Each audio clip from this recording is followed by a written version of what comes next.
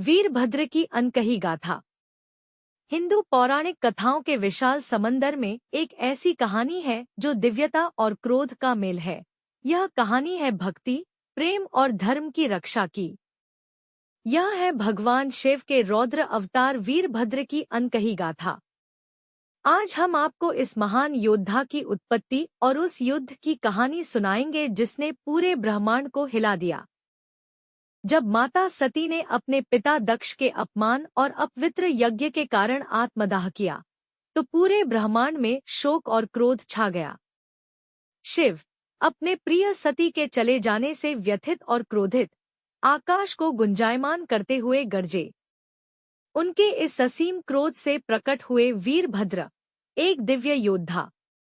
उनकी आंखें पिघले हुए लावे की तरह जल रही थी, उनके बाल सिंह की अयाल की तरह लहरा रहे थे और उनके हाथों में तेजस्वी त्रिशूल और तलवार थी। वह शिव की असीम शक्ति का प्रतीक बनकर खड़े थे, धर्म की रक्षा के लिए तैयार। वीरभद्र ने शिव के गणों और अलौकिक योद्धाओं की सेना का नेतृत्व किया। उनकी सेना जब घने जंगलों और घाटियों से गुजरी तो धरती हिलने लगी, पेड़ झुक गए और जानवर भयभीत होकर भागने लगे। वीरभद्र के संकल्प में कोई संदेह नहीं था। उन्होंने ठान लिया था कि दक्ष को अपने अहंकार और पापों का दंड मिलेगा। यह दिव्य सेना जैसे जैसे आगे बढ़ी, उसकी शक्ति बढ़ती गई और उनका जयघोष आकाश में गूंजने लगा। दक्ष के भव्य यज्ञ में देवता, ऋषि और ब्रह्मांड के श्रेष्ठ जन एकत्रित थे। यज्ञ विधिपूर्वक चल रहा था, लेकिन तभी आकाश काला हो गया और वीरभद्र वहां पहुंचे। उनका तेजस्वी स्वरूप देखकर सभी मौन हो गए। वीरभद्र ने एक पल गवाए बिना यज्ञ वेदी को तोड़ डाला, जिससे उसमें से आग की लपटें उठने लगी। देवताओं और ऋषियों का अभिमान चूर चूर हो गया।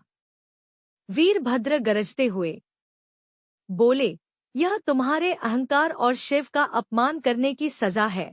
दक्ष भय से कांपने लगे, लेकिन अब समय उनके हाथ से निकल चुका था। यज्ञ भूमि एक युद्धक्षेत्र में बदल गई। दक्ष का पक्ष लेने वाले देवताओं ने वीरभद्र और उनकी सेना को रोकने की कोशिश की। इंद्र ने अपने वज्र से वार किया, अग्नि ने लपटें छोड़ी और वायु ने अपनी आंधी से वीरभद्र को रोकने की कोशिश की, लेकिन उनकी हर कोशिश विफल रही। वीरभद्र अपनी दिव्य तलवार और त्रिशूल के साथ तूफान की तरह लड़े और देवताओं को पराजित कर दिया। यह युद्ध धर्म की शक्ति के आगे देवताओं के अभिमान के झुकने का प्रतीक बन गया। युद्ध के बाद वीरभद्र ने पराजित दक्ष को देखा। शिव के आदेश पर वीरभद्र ने दक्ष को जीवन दान दिया, लेकिन उनके अहंकार को नष्ट करने के लिए उन्हें बकरे का सिर दिया। दक्ष ने अपनी गलती स्वीकार की और शिव के प्रति अपनी भक्ति प्रकट की। युद्ध भूमि, जो पहले विनाश का केंद्र थी, अब शांति और भक्ति का स्थान बन गई। यह स्थल धर्म और सत्य की जीत का प्रतीक बन गया। निष्कर्ष, वीरभद्र की यह कहानी केवल प्रतिशोध की नहीं है। यह हमें अहंकार के दुष्परिणामों की याद दिलाती है और सिखाती है कि दिव्यता का आदर करना अनिवार्य है। यह गाथा हमें धर्म की रक्षा और करुणा के महत्व को समझाती है। वीरभद्र केवल एक योद्धा नहीं, बल्कि शिव की अनंत शक्ति और धर्म के रक्षक का प्रतीक है।